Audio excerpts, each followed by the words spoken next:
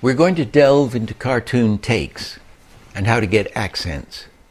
In this session, we'll concentrate on the takes. This is the basic pattern of a cartoon take. A person sees something surprising, goes down to anticipate the accent, which pops up, and then he settles. Sees, goes down, goes up, settles. Here are a bunch of formulas and variations of Hollywood takes that they worked out in the 1930s and 40s.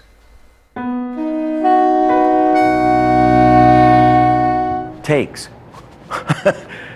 Takes. This is, takes. I have to get my brain back into this business. Takes are obviously, double takes, triple take, takes or double take, or triple take.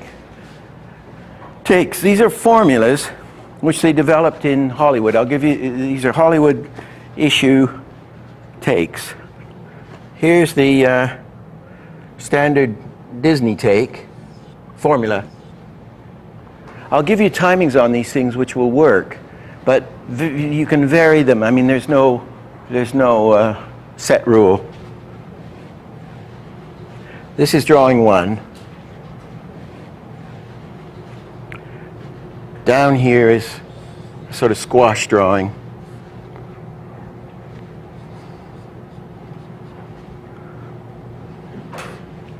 This is number 3. This one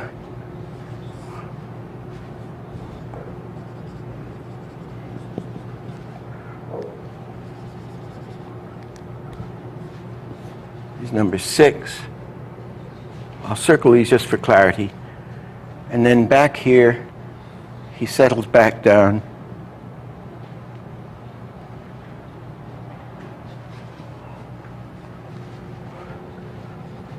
Okay.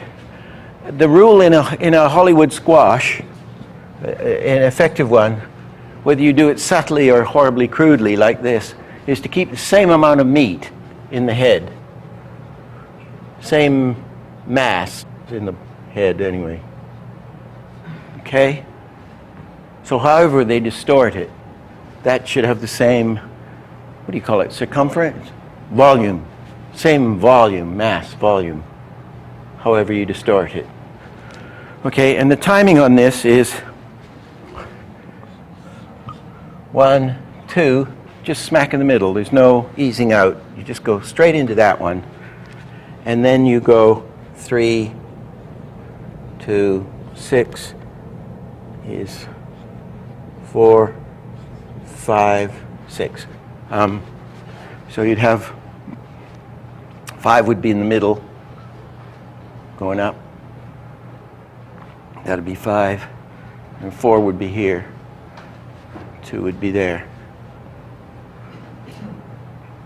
I would keep the eyes shut, actually, personally, all the way up, just so that you get a pop.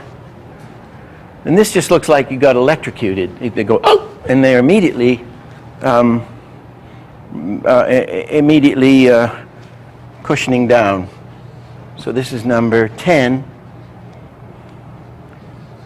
and there's 6, 7, 8, 9.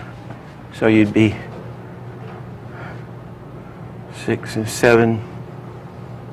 I would keep the mouth open on that one. Getting smaller slightly. 8.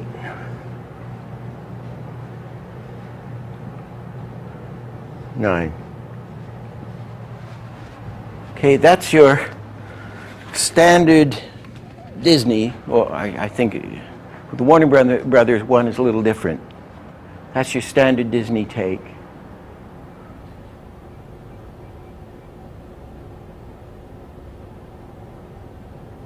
Down on 2s, up on 1s, and down on 2s.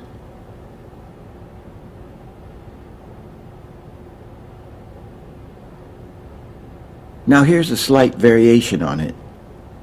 We go down on ones with more drawings, up on ones, 2 frames at the top, and continuing down on 2s again.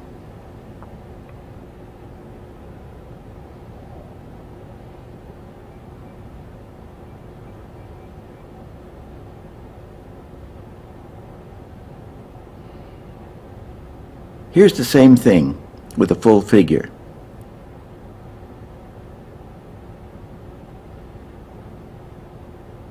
We've added some extra drawings as he settles. Okay, can I change it now? Okay?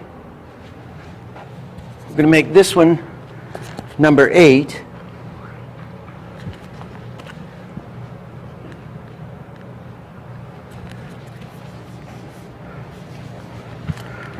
Nine, 10, 11, 12. Keeping the same timing. We're just going to alter, so this becomes 12 here. And we're going to have 4 drawings. We could do it like this, or we could do it even. 3, 4, 5, 6. Ah, good.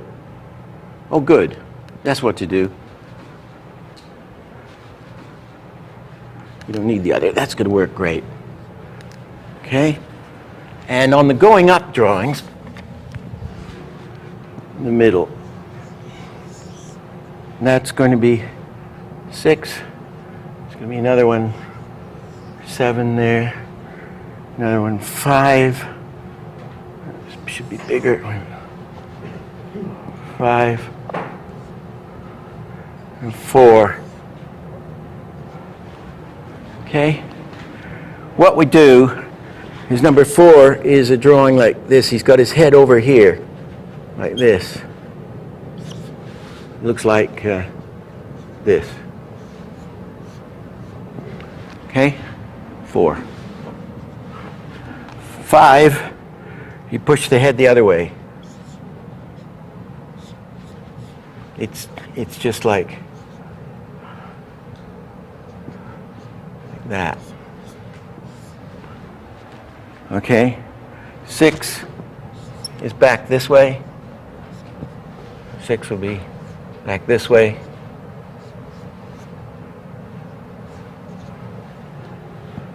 7 back over here. Okay? 7.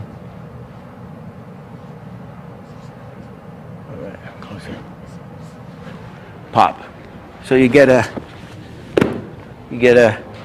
immediately down, which you'll hardly see, and then out, boom, boom, boom, boom, boom, cushion. So, grip, boom, grip, boom.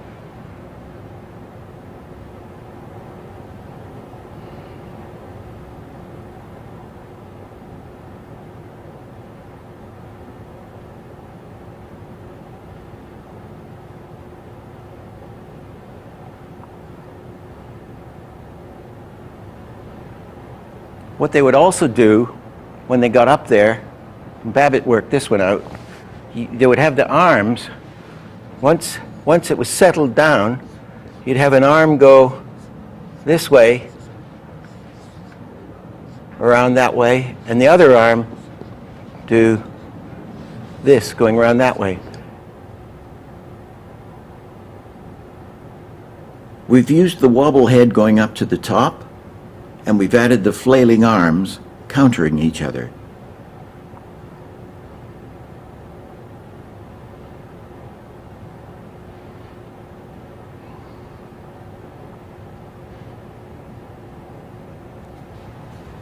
So we now can see the Warner Brothers take is a little different. Here's the rabbit.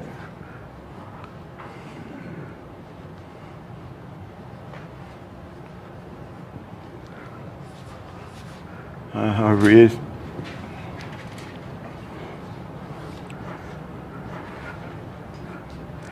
Here's the down, which is this is number 1.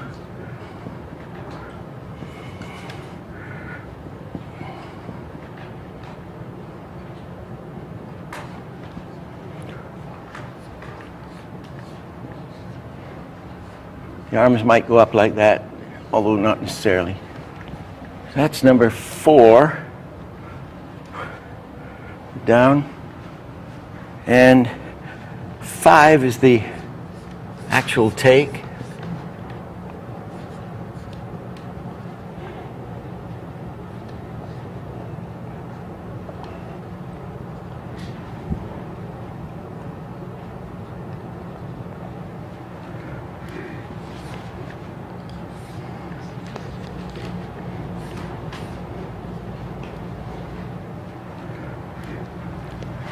And then that's 5.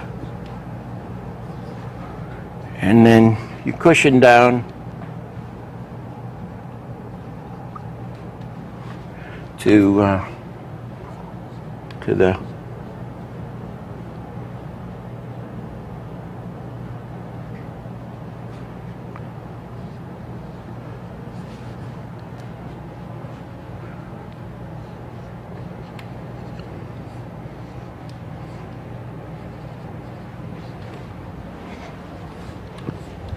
to number 9.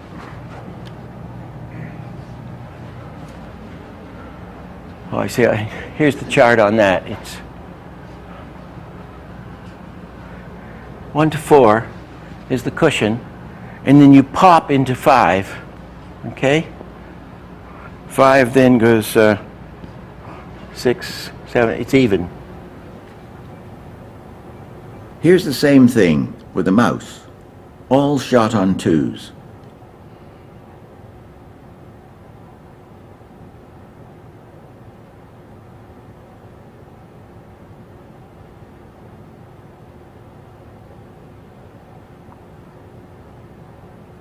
Here's a variation on the same pattern.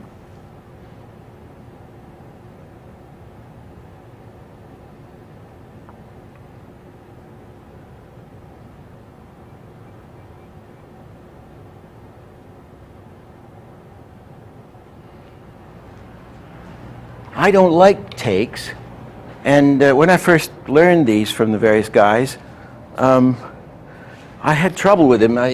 Because I didn't like the squash and stretch too much, and my prejudice. But I got a commercial. It was called Super Can. It was a sort of silly, looked like a Marvel comic thing, and this Superman was called Super Can, and it was special soup or something. He drove up in a car. A butler opened the door, and he got out, and he ran up. Another butler opened the door of a mansion. He ran into the kitchen where this duchess is eating soup, surrounded by butlers, and her husband's the other end. And I forget what happened. They sent for Super Can, you see. And I did 19. I said, I'm going to study takes on this commercial. I did 19 takes. I had Super Can drive up, and he did a take when he saw the butler. Guy opened the door, and he saw Super Can. He did a take. Ran upstairs, the butler opened the big door, and he did a take. Ran into the room, the lady's eating soup, and she did a take. And the butler, or her husband behind her, he did a take. I forget what happened, but I got 19 of these. And I tried, I think, 8 Disney takes and 8 Warner takes. And then I mixed them up a bit, and the Disney take was best. But it's worth trying, messing with these things. There's a very small difference between these two takes. The Warner Brothers takes pop up from the squash position to the surprise position, and then they ease down. In the Disney take, you in between your way up from the squash position to the top surprise position and ease down. Disney was working to make impossible things believable, heading for naturalism. Disney called it the plausible impossible. So they worked to make things more natural, more subtle, but believable. All the information that they developed spilled over to the smaller studios like Warner and MGM, who had less money, but just went for stuff that was direct and comic. Cruder, but funnier. Let me show you the Warner one again, done real crude. Number 1, 2, 4, 2, 3, here's 4. Over it is.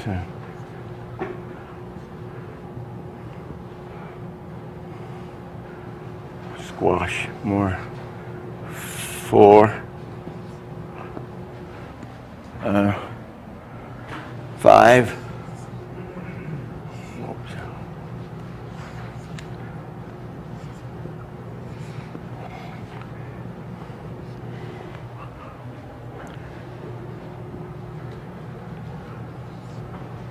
Right, 1 to 4. Yeah. 1 to 4. 5, we pop into 5 and settle back down.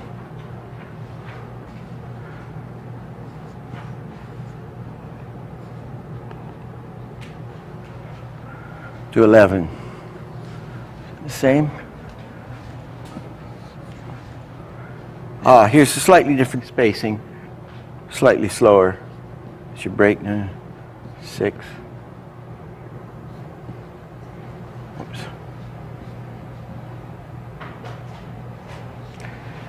That might be a little nicer than just going down like this. So that gives you a little bit more cushion up there, a little bit more down there.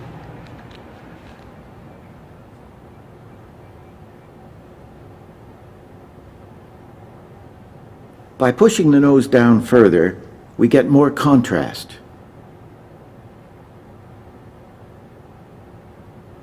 Same thing now in profile.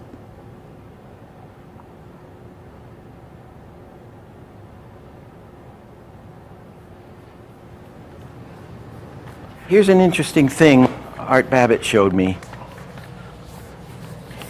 He was always going on about delaying parts whenever possible. So he would do his piece of animation and then he would delay parts of it and see what happened. So here's a take of his. The guy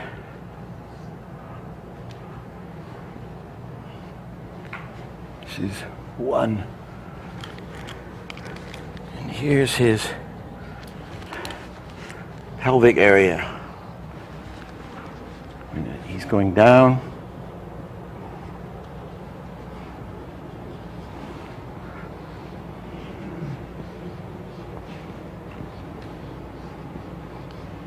This would be 4.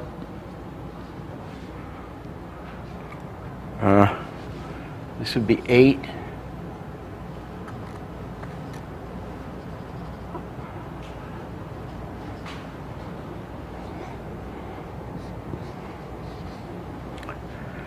Then he settles 12.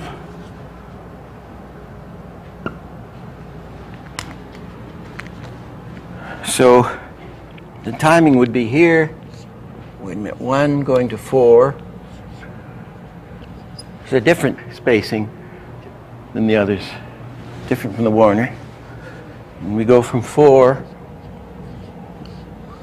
to 8. And then 8 back to 12. 9, 10, 11.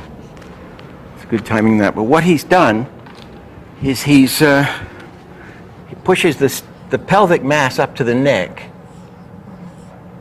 And he would do that.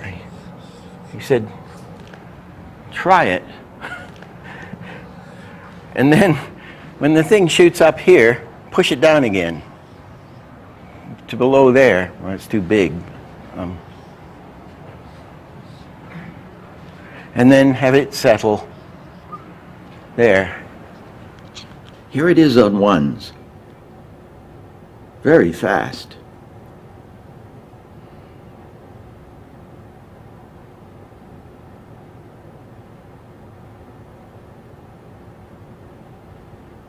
Shoot the same thing on 2s.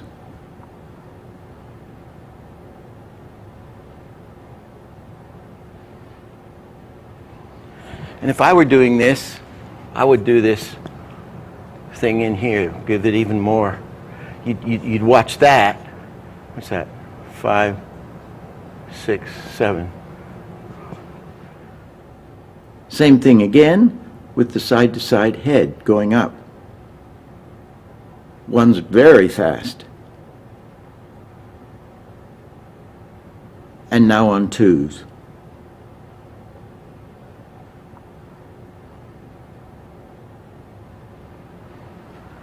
Again, after the head and body have settled, he would probably have done the arms whipping around, counteraction here.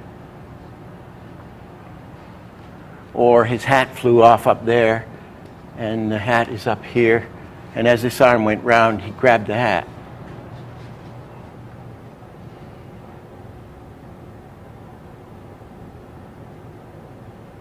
Here it is in slow motion.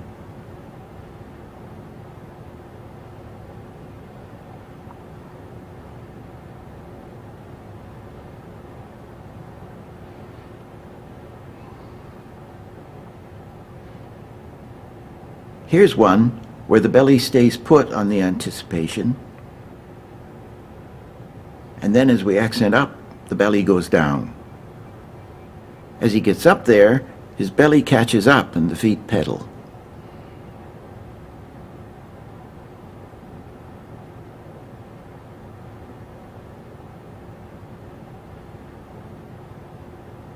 Here's a more elaborate one where we anticipate the anticipation. The head goes up before it goes down, and then side to side and up.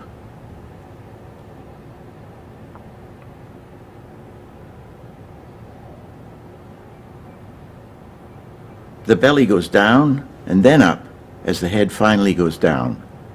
The belly then settles.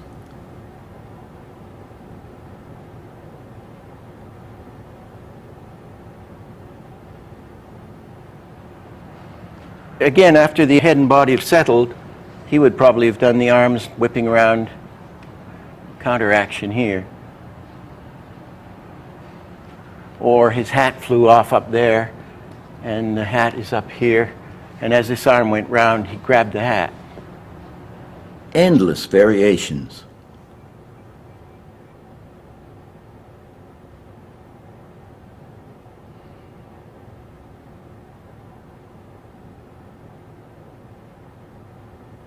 Here it is in slow motion.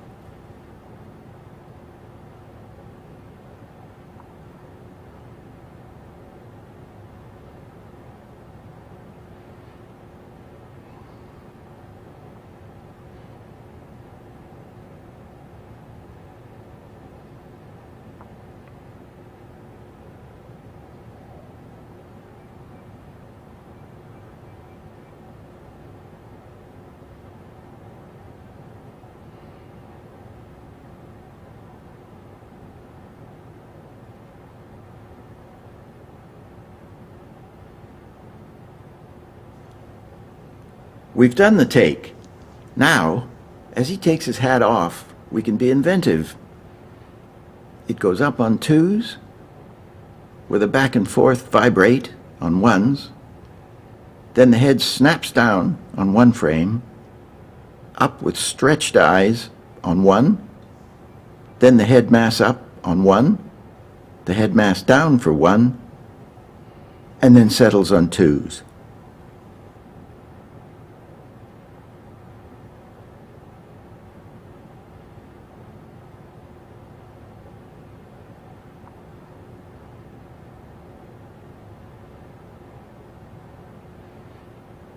You can go mad with endless variations.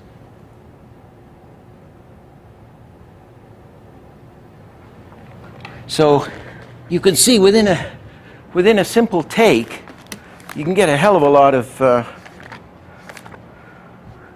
of mileage out of it. I've done it all from the front. We could do them from the side. I think you've got it. Would you do anything special on the 8 breakdown on that one? No. You could do. Why? It's awful fast, but why not try it? Try what you can see. I'm just giving you the raw.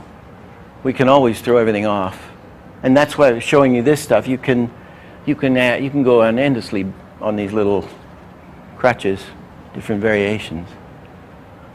These little formulas and devices are just building blocks on which we can build endless variations. You can throw them away and start fresh, but these are based on principles developed by a lot of very clever people. I saw the most wonderful take in a Danny Kaye film, and It's which film? It's The Court Jester, and Basil Rathbone, the villain. There's about 3 heads of guys. There's a guy here, and there's a guy here, and Basil Rathbone is listening to this guy or something, and he's down here. He's the villain, and he's sort of like that. Something that he's down here listening to this fellow. And he did the most marvelous take. And I thought, it's one frame? He didn't do any anticipate. And it jumped, you had 3 guys to look at. And it was very subtle. All that happened was the head went, didn't even do that. Wait a minute. They were telling him something he didn't like. And he went, and I said, I bet you it's one frame. I bet you it's one frame. And it was marvelous.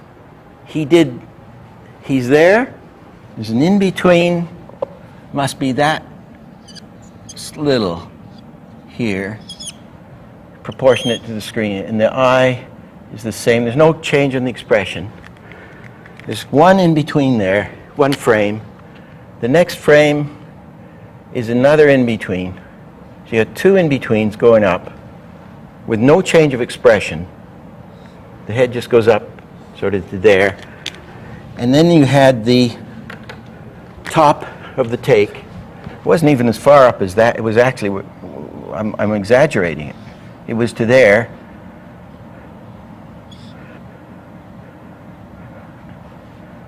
And it cushioned back in about 3 or 4 drawings, about that much, to a more relaxed thing and his eyes changed on the up. And it was like an electric shock. And it was so strong, I thought, because there wasn't an anticipate. He's a good actor. He was a great villain, even though he was exaggerating his villainliness. It was just, and you read it like that.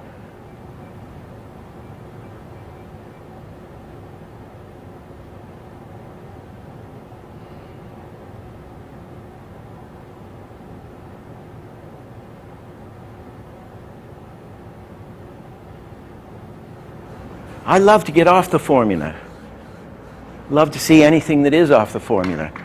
It's only on the formula because we're lazy and habit-riddled, conditioned, and we're afraid to get off and certainly all the executives are afraid of getting this mad artists that are going to get off the formula.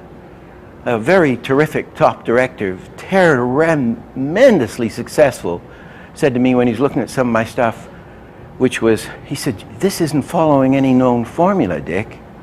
And I said, well, no, I guess not. I'm just doing it. And he said, He says, maybe that's a good thing. But you do want to be rich, don't you? So, off the formula, please. We don't need, all these rules can be ignored.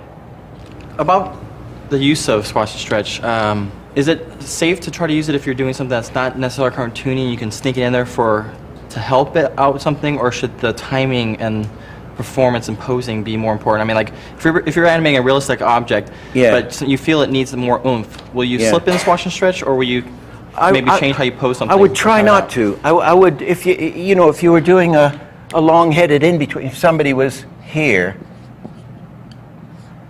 and he has to look very quickly over here. Whoops. I would put in what you would call, you would put in a motion blur, wasn't it? You put they used to call it a long-headed in-between. Over there for one frame. I would do that just to get a fast effect. Let's do it in slow motion.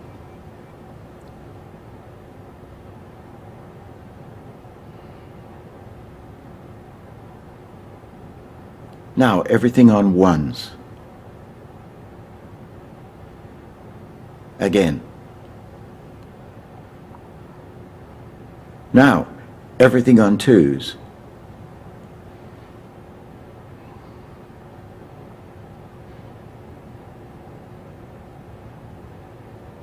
Now we'll use two blurs.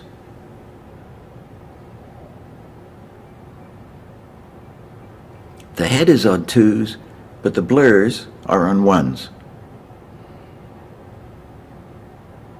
Again.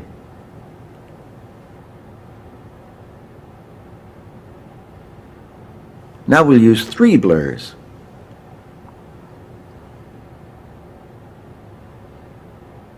The head is still on twos, but the blurs are on ones.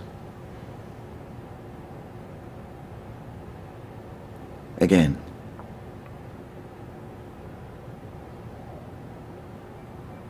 Now on this, we'll use one blur and show it in slow motion.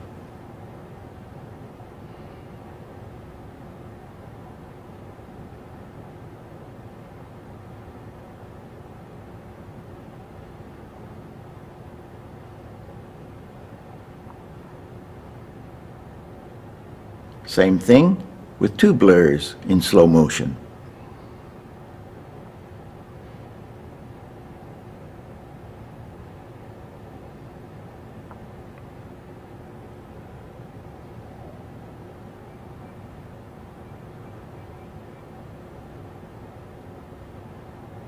We'll use mostly three blurs on this mouse.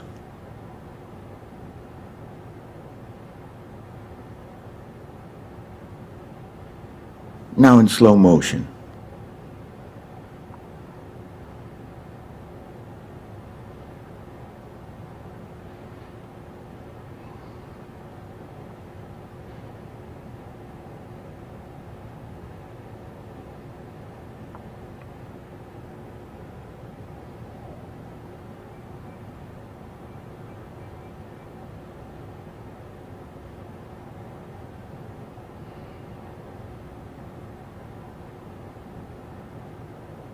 Ken Harris showed me this hammering action on ones using just three drawings. Same blur coming back as going forward.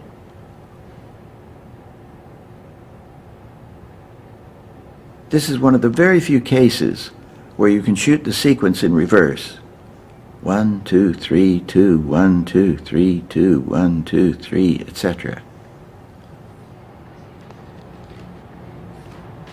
But I wouldn't put a cartoony thing in the middle of a realistic thing. I put motion blur, if I could get it, but I wouldn't do the cartoony thing. I wouldn't mix the media, if you see what I mean. Well, because one observation, like in a lot of computers, I see a lot of people take an easy out and they put a squash in when they don't need it. Yes. You know, and it makes it look... Well, that's what I'm trying to undermine, all these animators, because they were so conditioned by squash and stretch because of the early cartoons and any of the books written by the old guys who did the early cartoons or something. You really don't need it. And I always tried to avoid it, except in this super can thing. And I did it into the ground. The other interesting thing is nobody noticed I'd done it with that commercial. They just accepted it. There were no changes. And they said, "Ah, that's funny." But these guys all looked like everybody was hitting them with electrodes, you know, electric shocks. 19 electric shocks in 30 seconds. Everybody accepted it. Amazing. But I think when we come to face action, I prefer to call it, instead of squash and stretch,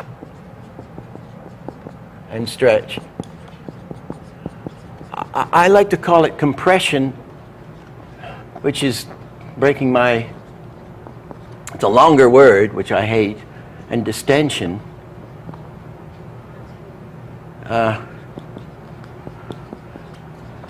I'm going to distend this jaw, right? I'm going to distend it. And I'm going to compress this face. I find if I don't use the word squash and stretch in my head, if I think I'm going to distend this guy's jaw or arms or something, it takes me away from, I don't think. As soon as you say squash and stretch, you think of this rubber duck stuff. Fine, great respect to the rubber duck stuff, but I want to think differently. I want to think of what's actually happening, which you're compressing or you're distending. And it gets you out of the conditioned reflex, out of the habit of thinking that way. We use all these terms like squash and stretch or compression and distension, but they're really just different ways of saying the same thing. Some of these formulas and principles and cliches are really useful, the result of years of experience. The great thing is to learn them, get them into your bloodstream, and then you can extend on them. And then you can throw them away, but you've still got the benefit of the information built in. Next session, we'll deal with more formulas, this time with stagger vibrations, including the best one, which very few people know about. The takes which we've been studying are actually accents, and after vibrations, we'll get more fully into accents, starting with how to accent body actions.